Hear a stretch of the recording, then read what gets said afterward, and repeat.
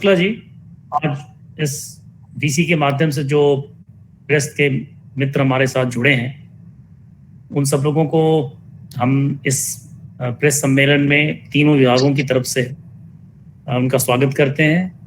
और आप जानते हैं कि बिहार अब एक ऐसा राज्य बन गया है जो हर साल किसानों को उनका न्यूनतम समर्थन मूल्य देने के लिए न केवल पर्याप्त कार्रवाई कर रहा है, बल्कि इस दिशा में उसने काफ़ी सफलता भी पाई है और इसके बड़े सकारात्मक परिणाम हुए हैं। किसानों में उत्साह हुआ है और पिछली साल हम लोगों ने जिस तरह से खरीफ के बाद धान की अधिप्राप्ति का एक कीर्तिमान स्थापित किया, उसी तरह उसी जोश के साथ हम लोगों ने गेहूं की अधिप्राप्ति भी शुरू की है 20 तारीख से। और मुझे बहुत ही खुशी है कि इसमें सहकारिता विभाग का पूरा संगठन, उनके जो पैक्स व्यापार मंडल के उनके निर्वाचित प्रतिनिधि हैं, राज्य सहकारी बैंक और जिला केंद्रीय सहकारी बैंक के साथ साथ जितनी भी एजेंसीज हैं हमारी एसएफसी इसमें इन्वॉल्व है, उन सब लोगों ने इस महामारी के समय में भी बिल्कुल ही प्रतिबद्धता के साथ बड़े जोर शोर से इस गेहूं अधिप्राप्ति अभियान को शुरू किया है। तो मैं अनुरोध करूँगा, क्योंकि अधिप्राप्ति का काम बिहार में जब से विकेंद्रीकृत प्रणाली लागू हुई है, टैक्स और व्यापार मंडल के माध्यम से होता रहा है, इसमें मैं अनुरोध करूँगा सचिव सहकारिता विभाग वंदना से, वो आपको गेहूं अधिप्राप्ति के संबंध में अवगत। और उसके बाद हमारे साथ जुड़े हैं सचिव कृषि विभाग के, पशुपालन और मत्स्य विभाग के भी सचिव हैं श्रवण, वो भी आपको संबोधित करेंगे। और खाद्य उपभोक्ता संरक्षण विभाग की तरफ से मैं हूँ। इसके अलावा भी अगर आपके कोई प्रश्न अभी पीटीडीएस को लेकर या पीएमजीकेवाई के तीसरे चरण को लेकर होगा, तो मैं कोशिश करूँगा कि आपके प्रश्नों को हम लोग उसका जवाब दे सकें। मैं अनुरोध करूँगा वंदना आपसे। Thank you sir. जैसा कि आप लोगों को पता है कि वीट प्रोक्योरमेंट का सीजन शुरू हो चुका है। इस बार न्यूनतम समर्थक मूल्य 1975 रुपये प्रति क्विंटल है और ये बिहार राज्य में ये 20/4/2021 से शुरू हुआ है और ये अब 31/1/2021 तक चलेगा। पहले का जो नोटिफिकेशन था उसमें ये लिखा था कि ये 15 जुलाई तक चलेगा, लेकिन ये अब ये निर्णय लिया गया है कि 31 मई तक ही चलेगा। तो ये और साथ में एक और महत्वपूर्ण निर्णय लिया गया है कि पहले 1 लाख मीट्रिक टन का सांकेतिक लक्ष्य था, लेकिन अब इस सांकेतिक लक्ष्य को बढ़ा के इसको 7 लाख मीट्रिक टन कर दिया गया है। तो इससे स्पष्ट है कि सरकार की ये मंशा है कि हमें बिल्कुल एक एग्रेसिव प्लेयर बन के उसमें और कोरोना काल में किसी भी किसान को डिस्ट्रिक्ट सेलिंग ना करना पड़े। और ये 7 लाख जो मीट्रिक टन है, उसमें 5 हमारे मुख्य जिले हैं। बेगूसराय है जिसमें 49,000 मीट्रिक टन है, कैमूर में 42,000 मीट्रिक टन, रोहतास में 45, समस्तीपुर में 35, भोजपुर में 38 और औरंगाबाद में 35,000 मीट्रिक टन। तो ये हमारे मुख्य जिले हैं जहाँ से हमको करना है। और इसके लिए कोऑपरेटिव की तरफ से हम लोगों ने पूंजी उपलब्ध करा दी है सभी डिस्ट्रिक्ट कोऑपरेटिव बैंकों को, और डिस्ट्रिक्ट कोऑपरेटिव बैंकों ने अपने अपने पैक्सों को इन प्रोपोर्शन टू राशि उपलब्ध करा दी गई है। तो अभी तक 140 करोड़ उपलब्ध करा दी गई है और जैसे जैसे इसकी नीड बेस रहेगा, अगर लगेगा कि और उपलब्ध कराना है तो हमारे पास राज्य स्टेट कोऑपरेटिव बैंक के पास पैसा है और we will be giving credit limit to all the banks and further down to PACS। एक बार इसकी प्रक्रिया यही है। एक बार इसमें 2 चीज हम आपको बताना चाहते हैं जो इस बार सहकारिता विभाग ने एक 2 महत्वपूर्ण उच्च स्तरीय निर्णय लिया है। पहला है कि जैसा कि पैडी में माननीय मुख्यमंत्री जी का निर्देश हुआ था कि कोई भी रजिस्ट्रेशन अलग से ना किया जाए, एक ही रजिस्ट्रेशन होगा, वो कृषि विभाग के पोर्टल पे होगा, वो किसान का, और उसकी नंबर को, उसी जो उसका रजिस्ट्रेशन नंबर है उसी को फिर हम लोग प्रोक्योरमेंट के लिए भी यूज करेंगे। लेकिन कुछ इंफॉर्मेशन फिर भी लास्ट पैडी सीजन में हमें चाहिए था, जो कि कृषि विभाग के पोर्टल पे उपलब्ध नहीं था। इस बार हम लोगों ने वो सहकारिता विभाग ने इस प्रक्रिया को बिल्कुल ही समाप्त कर दिया है। अब कोई भी व्यक्ति को, कोई भी किसान को हमारे पोर्टल पे आके कोई भी इंफॉर्मेशन नहीं देना है। जो वो कृषि विभाग के पोर्टल में ही उसका एंट्री है, उसी एंट्री से हम लोग अपने डेटा को मर्ज करते हैं। तो किसानों का निबंधन जो है अब वो कृषि विभाग का होगा, और वहीं पर जो निबंधित किसान है उन्हीं को हम अपने उनसे हम अधिप्राप्ति, उनसे हम गेहूं खरीदेंगे। तो एक ये मुख्य चयन है। तो एक हम लोगों ने एक प्रक्रिया को हम लोग खत्म कर दिया है इस बार। और दूसरा जो हम लोगों ने इस बार बड़ा निर्णय लिया है, कोविड को भी देखते हुए और किसानों की सहूलियत को देखते हुए, पोर्टेबिलिटी सिस्टम इंट्रोड्यूस किया है।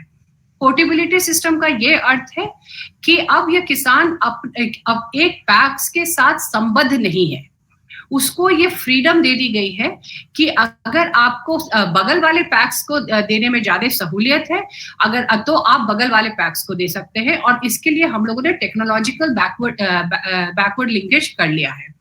यानी कि ये पोर्टेबिलिटी का ये अर्थ है, किसान के पास ये अब ये चॉइस है कि वो अपने सुविधा अनुसार अपने पैक्स का चयन करे, और या अपने व्यापार मंडल का चयन करे और उसके पास जाके अपना गेहूं दे दे।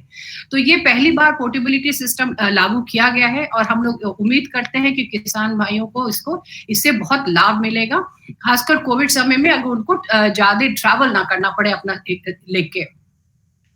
दूसरा हम आपको ये बताना चाहेंगे कि इस बार हम लोग फिर से किसान सलाहकारों को यूज कर रहे हैं। किसान सलाहकार हमारे पैडी में भी इच्छुक किसानों की सूची बनाए थे, और ये इस बार भी हमारे साथ जुड़े हुए हैं हमारे इस अभियान में। और हम आपको बताना चाहेंगे कि इस बार भी जो हम लोग पंचायतों में जाके ऐसे किसानों की सूची बना रहे हैं जिनके पास गेहूं है, जो और वो जो हमें देना चाहते हैं, ताकि हमारे पास एक डेटाबेस रहे कि हमारे पास ये इतने किसान हैं जिससे हम खरीद सकते हैं। तो इन सब का ये परिणाम है कि हम लोग पिछले साल से कई गुना ज्यादा अच्छा काम कर रहे हैं। इस बार अगर पिछले साल का हम आंकड़ा देखें तो आज के दिन केवल 984 मेट्रिक टन ही हो पाया था, और 69 किसानों से। लेकिन आज के दिन हम लोगों ने टोटल कर लिया है 4311 मेट्रिक टन ऑलरेडी हम लोगों ने प्रोक्योर कर लिया है, और इसमें 3137 पैक्स अभी तक एक्टिवेट हो चुके हैं। और हम ये बता दें कि इसकी गति बहुत तेज है, क्योंकि पिछले 24 घंटों में हम लोगों ने 214 किसान से लिया है 1135 मेट्रिक टन, और ये लगातार बढ़ते जा रहा है। तो क्योंकि हम लोगों ने डिसाइड किया है कि we are going to very proactive and very aggressive about buying wheat, तो इसका एक और परिणाम हुआ है कि मार्केट रेट भी थोड़ा स्टेबलाइज हो रहा है। जो पहले 1700 के आसपास चल रहा था हमारी सूचना के अनुसार, अब वो 1800 के पास आ चुका है। और आने वाले दिन में जब हमारे टीम बिल्कुल और गति लाएगी इस अधिप्राप्ति में, तो और भी हमको लगता है मार्केट स्टेबलाइज करेगा। तो हमारा मुख्यतः हमको यही बताना था, लेकिन हम ये आपको बताना चाहेंगे अपने विभाग की तरफ से कि हम लोग बहुत ही कठिन समय से गुजर रहे हैं। हमारे एक बहुत बड़ी पदाधिकारी डिस्ट्रिक्ट कोऑपरेटिव ऑफिसर की मृत्यु हो चुकी है कोरोना से, और साथ में हमारे 4 ब्लॉक लेवल ऑफिसर्स की मृत्यु हो चुकी है, और एक अकाउंट ऑफिसर है उनकी। और तो ये हम लोग जो फील्ड में जा रहे हैं, तो हम अपनी तरफ से अपने अधिकारियों को अपने दिल से कृतज्ञ हैं कि वो इस डिफिकल्ट मौसम में समय में जाके प्रोक्योरमेंट का काम कर रहे हैं। और हम लेकिन ये बताना चाहेंगे कि हम लोग कटिबद्ध हैं कि क्योंकि सरकार की ये बहुत ही महत्वाकांक्षी और बहुत महत्वपूर्ण योजना है, तो इसमें हम लोग अपना लक्ष्य प्राप्त करने के प्रयास कर रहे हैं। धन्यवाद।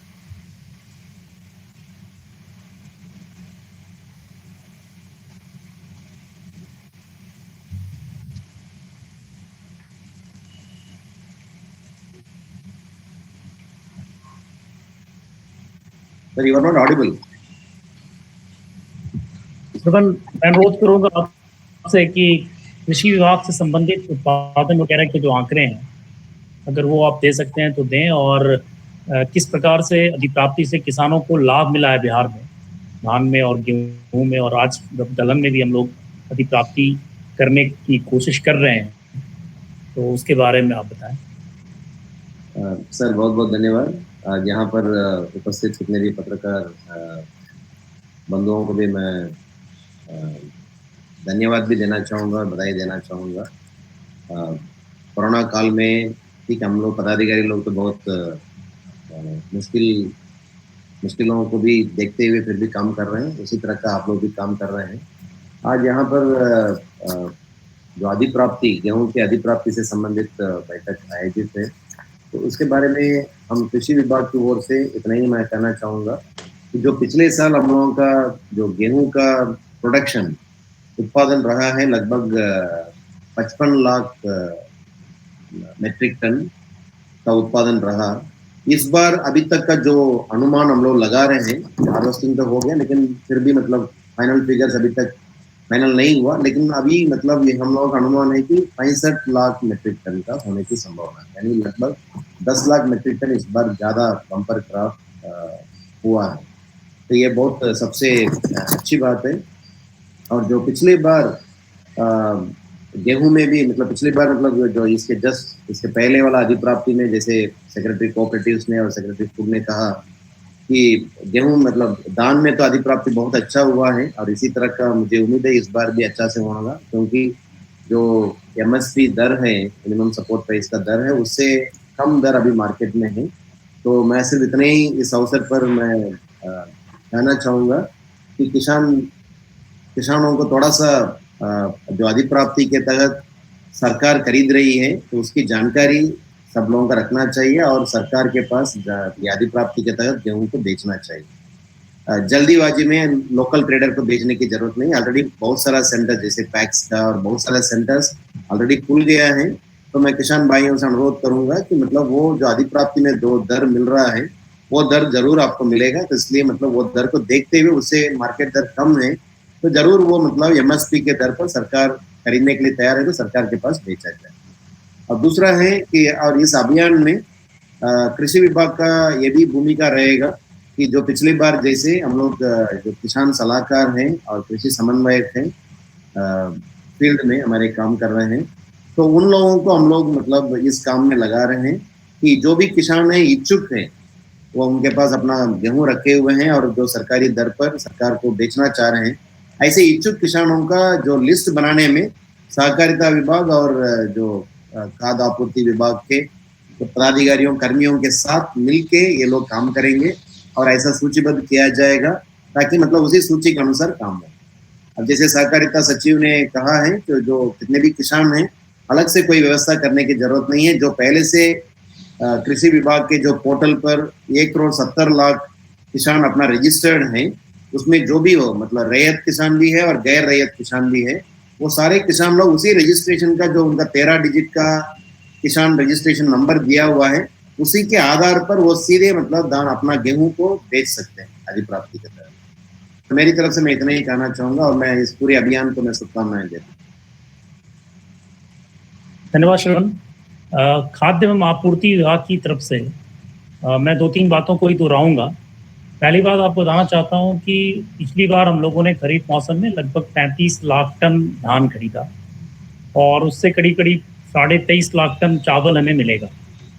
23.5 लाख टन चावल में से अभी तक हम लोगों ने करीब 15.5 लाख टन चावल PPDS में हम लोगों ने डाल दिया है, और जो बचा हुआ चावल हम कोशिश कर रहे हैं कि जून तक हम उसको कंज्यूम कर लें।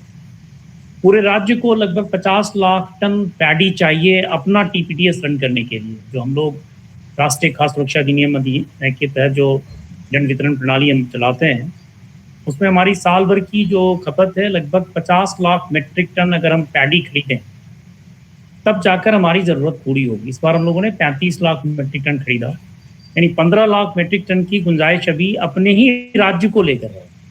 तो राज्य के किसानों का पूरा जो धान है अगर हम अग्रेसिवली लेंगे तो हम अपने TPDS में अपने बिहार के लोगों को बिहार का अनाज खिला पाएंगे। इसके पूर्व के वर्षों में ऐसा होता था कि हम लोग 2-3 महीने के बाद दूसरे राज्यों से चावल FCI के जरिए मंगवाकर बिहार के लोगों को देते थे।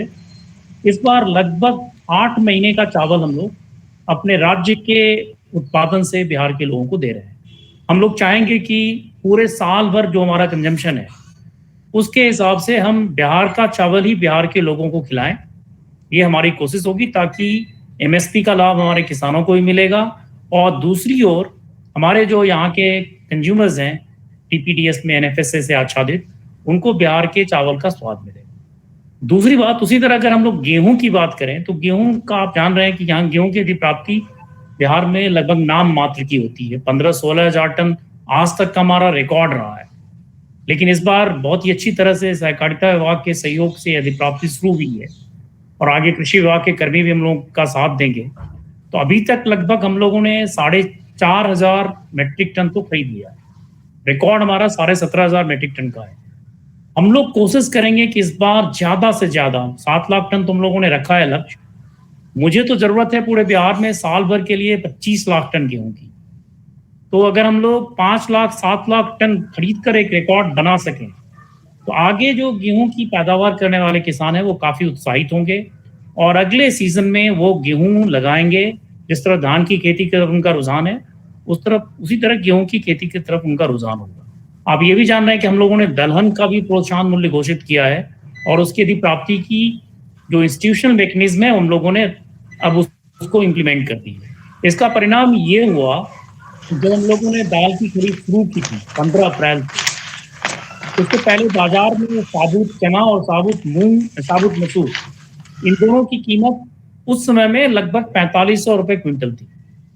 आज हम लोग 5100 रुपए क्विंटल एमएसपी ऑफर कर रहे थे। आज उसकी कीमत 5600 से लेकर 6500 रुपए प्रति क्विंटल है। तो जो पर्पस था कि किसान डिस्ट्रेस सेल नहीं करें, उनको लाभकारी मूल्य मिल जाए, वो हमारा पूरा हो गया है। और हमारा हर साल अब ये मैकेनिज्म रहेगा ताकि कोई भी किसान औने पौने दाम पर किसी बीच के लोग को देने के लिए बाध्य नहीं है।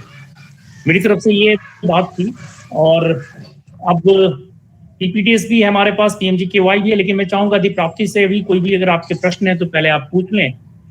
हम तीनों लोगों में से जो भी जिनके प्रश्नों के उत्तर करेंगे और फिर बाद में अगर आप जन वितरण प्रणाली को लेकर या किसी बात को लेकर पूछना चाहें तो पूछ सकते हैं। सर, मैं अनुज कुमार शर्मा हूँ, प्रभात खबर अखबार से। मेरा सवाल सर आप तीनों से ये है कि ऐसे कौन से इशू हैं जो किसानों की तरफ से आ रही हैं और जिसे आप साझा रूप से जिन्हें सॉर्ट आउट करने में इस समय जुटे हुए हैं, विशेषकर इस कोरोना काल में? सर देखिए, सबसे मुश्किल ये है कि अभी जो गेहूं की अधिप्राप्ति हुई है उसमें हमारा लक्ष्य हमेशा बहुत कम रहता था और हम सिंबॉलिक तौर पर ही कर रहे थे, इसमें कोई दो राय नहीं है, आप जानते हैं इसको। मैंने बताया कि हम लोग का बेस्ट परफॉर्मेंस रहा है 15,000 टन, 15,500 टन का। तो हमारी सबकी पहली कोशिश होगी ज़्यादा से ज़्यादा किसान हमारे पास आएँ। और दूसरी हमारी जो कोशिश चल रही है कि जो बीच में भी हमारे इंस्टीट्यूशंस काम कर रहे हैं, किसी को क्रेडिट लिमिट देनी है, किसी पैक्स को इनेबल करना है, तो ये सब काम सहकारिता विभाग कर रहा है। इन्होंने भी पोर्टेबिलिटी लागू की है, किसानों को कहीं भी अपना गेहूं बेचने में जो आज़ादी उनको मिलनी चाहिए। तो ये सब टेक्निकल काम भी यहाँ पर साथ साथ चल रहा था। तो ये सारे इश्यूज अब सॉल्व हो गए हैं। बिहार सरकार के पास अब ऐसा कोई मसला नहीं है जिसको सॉल्व करना बाकी है। हाँ, प्रैक्टिकल इश्यूज रोज आते हैं, कहीं सिस्टम डाउन हो जाता है तो कहीं पर क्रेडिट लिमिट को एनहांस करना पड़ता है ज़्यादा प्रोक्योरमेंट होने पर, वो हम लोग करते रहते हैं डे टू डे बेसिस। तो अभी कोई ऐसी समस्या नहीं है जो बाधक होगी और हम लोग चाहते हैं कि अग्रेसिवली हम अधिप्राप्ति करें और ज़्यादा से ज़्यादा किसान हमारे पास आए। हम लोग खुद चाहते हैं, हम लोग बिहार में अधिप्राप्ति क्या हो सकती है, what is the maximum possible limit. जैसे चावल में हम लोगों ने पूरी तरह से आज़ादी दी कि जो भी आप लेकर आएंगे हम खरीदेंगे। 30 लाख टन से 45 लाख टन भारत सरकार ने लक्ष्य का बढ़ा दिया था राज्य के अनुरोध पर। इस बार हम लोगों ने ऐसे 1 लाख टन रखा था, लेकिन फिर हुआ कि इससे तो कभी बिहार में गेहूं का उत्पादन प्रोत्साहित होगा नहीं। तो फिर हुआ माननीय मुख्यमंत्री का निर्देश कि इसको 7 लाख टन करें। तो 7 लाख टन का लक्ष्य हम लोगों ने भारत सरकार को भेजा है, उसको अप्रूवल ही समझिए। तो ये हम लोग कर रहे हैं, इसलिए ऐसी कोई समस्या फिलहाल नहीं है जो बाधक है। हाँ, अखबारों में कुछ प्रारंभिक प्रॉब्लम्स आई हैं, जैसे कहीं पर क्रेडिट लिमिट का अभाव था या कहीं पर गोदाम खुलने में थोड़ी देर लगी है, लेकिन ये सब ऐसे हैं जो डे टू डे बेसिस पर हम क्लियर कर रहे हैं। वरना आपको कुछ बोलना है तो आप बता सकते हैं। सर, जैसा कि आपने कहा कि कोई फंडामेंटल इशू नहीं है जो रिजॉल्व नहीं हुआ है, और हमारा मुख्य उद्देश्य ये है कि किसान को डिस्ट्रेस सेलिंग ना करना पड़े, चाहे वो रैयत हो चाहे वो गैर रैयत हो। तो आपको जैसे पता है कि हमारे पास हम दोनों से लेते हैं, गैर रैयत से भी लेते हैं, रैयत से भी लेते हैं, सबका अपना लिमिट है, उसको हम लोग देते हैं। तो हमारा मुख्य उद्देश्य ये है कि हम ज़्यादा से ज़्यादा लोगों से अधिप्राप्ति गेहूँ ले सकें और किसानों के बीच हमारा कोई डिस्टेंस सेलिंग मैम मैम सहकारिता सचिव मैम, आपसे मेरा एक सवाल ये था कि पिछले मैं 3 साल से यहाँ बिहार में हूँ। हेलो जी। हाँ अनुजा बताइए, आपका कनेक्शन हाँ। लगता है। जो है वो किया जाता है, तो अधिप्राप्ति से बहुत पहले सॉर्ट आउट क्यों नहीं किया हो पाता मैम? आपका वॉइस ब्रेक कर गया था बीच में। आप मेरा ऐसे है मैम कि जैसे चूंकि अधिप्राप्ति एक रेगुलर प्रोसेस है, तो पैक्सों से जुड़े इश्यूज अधिप्राप्ति की तारीखें घोषित होने के बाद तेजी से सॉर्ट आउट होती है, उससे पहले क्यों नहीं सॉर्ट आउट हो पाती? मुझे नहीं पता आपको कैसे ये इम्प्रेशन लगा है कि अधिप्राप्ति शुरू होने के बाद हम लोग सॉर्ट आउट कर रहे हैं।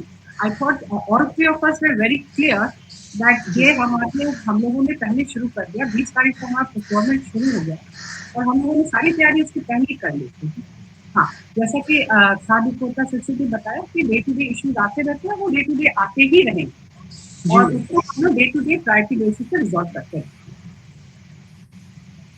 एक सवाल मेरा है, मेरा नाम राजेश। हाँ राजेश बताइए।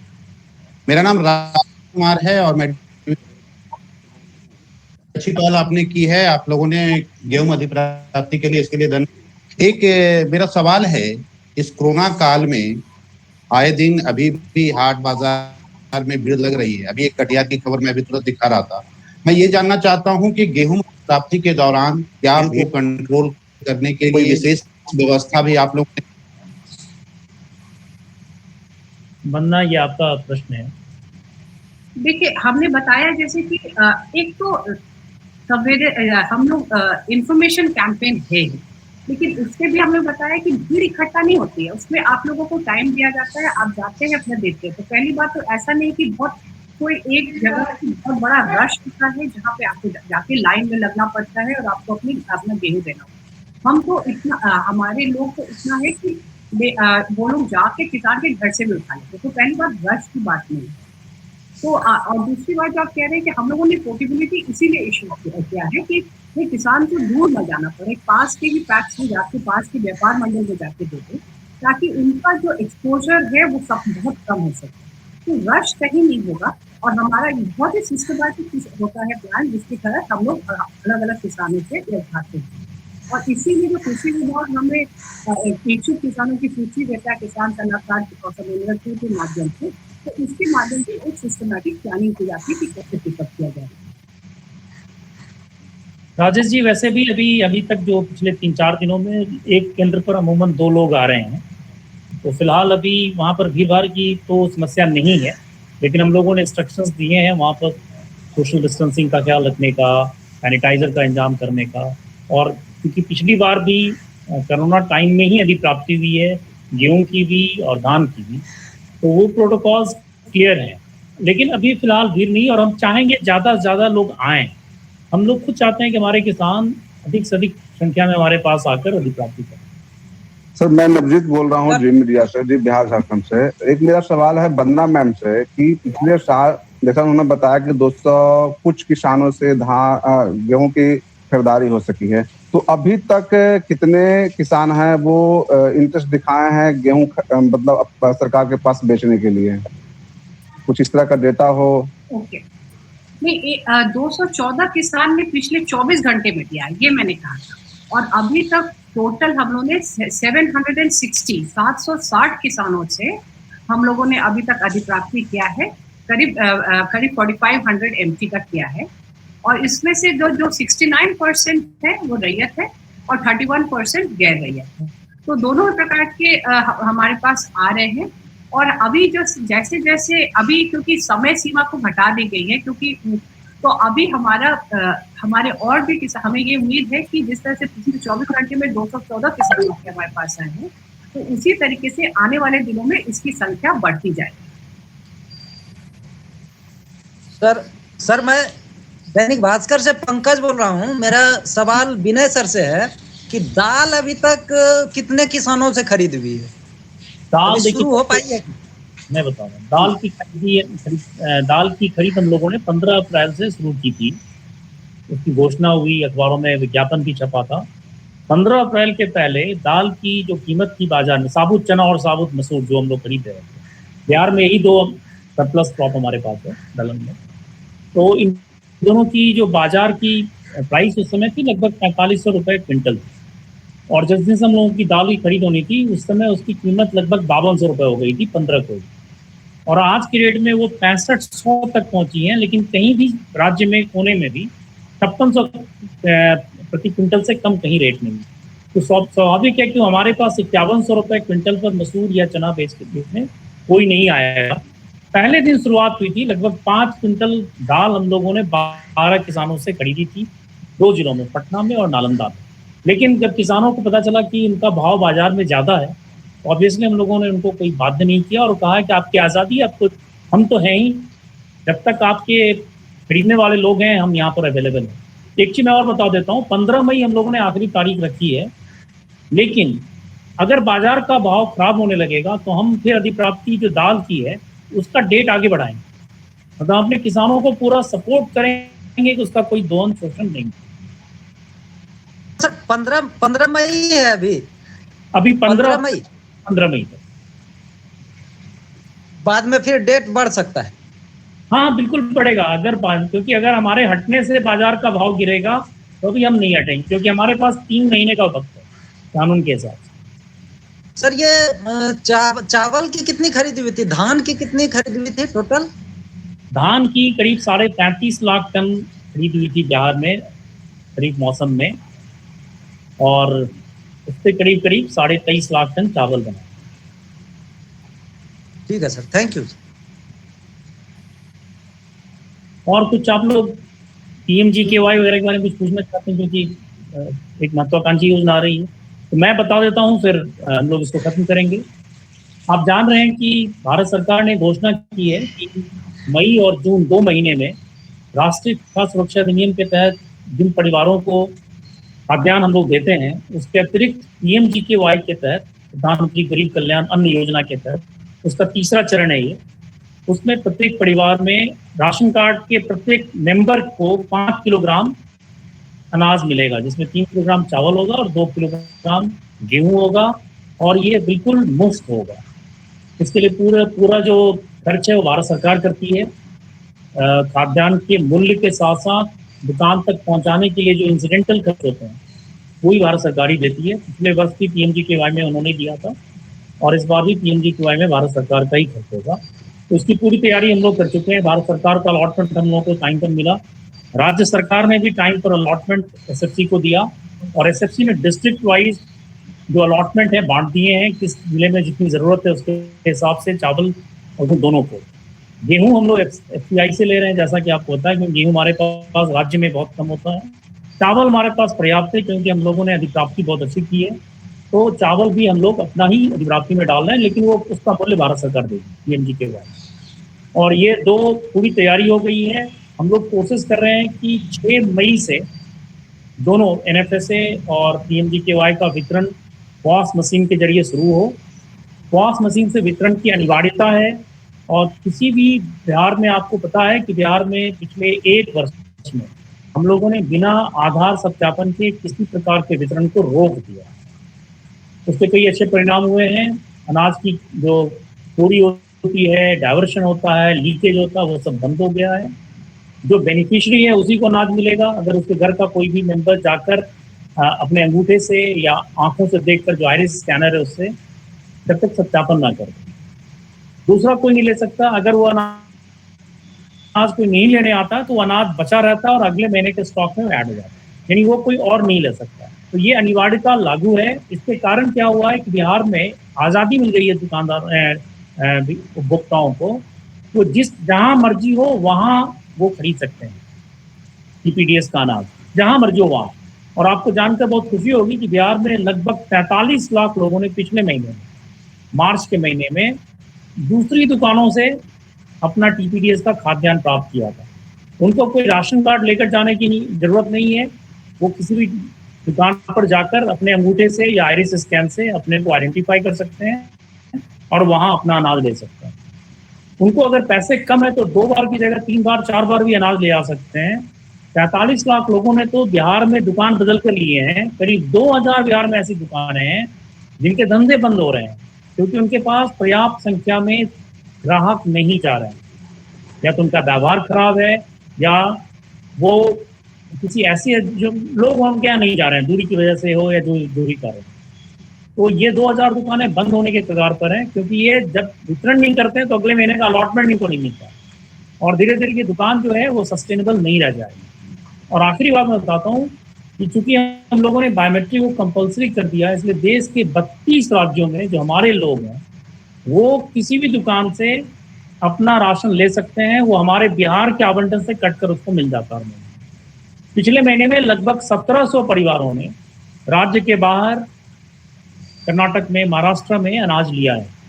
दिल्ली में संयोग से पॉस डिवाइस को अभी तक वहां लागू नहीं किया गया, बंद कर दिया गया था, उसको दोबारा शुरू नहीं किया गया है, इसलिए दिल्ली में वो बेनिफिट नहीं मिल रहा है। लेकिन पंजाब में, महाराष्ट्र में, कर्नाटक में हमारे जो लोग वहां रह रहे हैं वो इसका लाभ उठा रहे हैं और वहीं पर अपना अनाज ले रहे हैं और हमारे एलोकेशन से कट के उनको एलोकेशन वो मिल जाता है। तो ये पीएमजीकेवाई और एनएफएसए में आधार ऑथेंटिकेशन हम बिल्कुल ही जारी रखेंगे, ये कंपलसरी है। सर मेरा एक सवाल, बोलिए। दुकानदारों ने कहा है कि हड़ताल पे जाएंगे, तो खाद्यान्न वितरण होगा कैसे? बिल्कुल वितरण होगा। एक तो सभी लोग नहीं जाएंगे हड़ताल पर, अगर जाने की बात होगी तो। दूसरी बात है कि हमारे पास कानून है कि हम पंचायतों के जरिए वितरण करवा सकते हैं। तो हमारे पास पॉस डिवाइस है, पॉस डिवाइस दे देंगे वहाँ के स्थानीय पंचायत को और इसका वितरण हम करा देंगे। लेकिन ये जो हड़ताल वाली बात है ये संपुष्ट नहीं है और हम लोगों ने बताया है कि राज्य सरकार बिल्कुल सहमत नहीं है इस बात से कि आधार ऑथेंटिकेशन को रोक दिया जाए। ये बिल्कुल ही हम लोगों का क्लियर स्टैंड है, जो हम लोगों ने अखबारों के जरिए पहले भी कहा है कि हम बिना किसी प्रकार के ऑथेंटिकेशन के अनाज नहीं देंगे, क्योंकि अनाज किसको मिलेगा, किसको नहीं मिलेगा, कितना मिलेगा, इसकी जिम्मेदारी कोई नहीं ले सकता। और अभी इस समय में हम नहीं चाहते कि हमारे जो लाभुक भाई हैं, परिवार हैं, मजबूर हैं, उनका अनाज कोई और छीन ले। ये बिल्कुल नहीं होने देंगे। इसलिए कैटेगोरिकली हम लोगों ने कहा है कि हम आधार सत्यापन ही कराएं।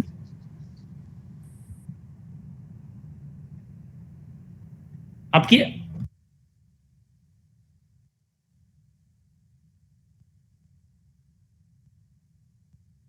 कितना आधार सत्यापन हुआ है? हमारे यहाँ राज्य में जो हमारे करीब 8 करोड़ 60 लाख लाभार्थी हैं, उसमें से लगभग 85% जो लाभार्थी हैं उनका आधार हमारे पास है और ये अभियान लगातार चल रहा है। 31 मार्च तक उसकी आखिरी तारीख थी, लेकिन भारत सरकार ने कोरोना को देखते हुए आगे समय बढ़ाया है। तो अभी भी हम आधार ले रहे हैं, हमारे पास उसी मशीन पर लोग आधार सत्यापन सीडिंग करा रहे हैं। शुक्ला जी अगर हम लोग कंफर्म कर सकते हैं। अब सर बहुत उपयोगी जानकारी सर आप लोगों ने दी, खासकर विनय सर, श्रवण सर और बन्ना मैडम को बहुत बहुत धन्यवाद कि वर्चुअल रूप से उपयोगी जानकारी मीडिया के साथ शेयर किया। हम सभी पत्रकार बंधुओं को भी धन्यवाद देते हैं कि वे वर्चुअल रूप से हमारे लिंक भेजने पर वे ससमय जुड़ गए। और सर से अनुरोध है कि सर के निर्देशानुसार अब इस प्रेस कॉन्फ्रेंस को समाप्त किया जाता है। सर से मेरा एक अनुरोध होगा कि अगर कुछ रिटन मटेरियल हो तो सर काइंडली व्हाट्सएप कर दिया जाएगा ताकि इसका अधिकाधिक प्रचार हम लोग कर सकें, जो नहीं जुड़ पाए हैं उनको भी वो मटेरियल पहुंचा सके। सर ठीक, मैं अभी भेज दूंगा। Thank you. धन्यवाद, फिर हम लोग मिलेंगे। Thank you.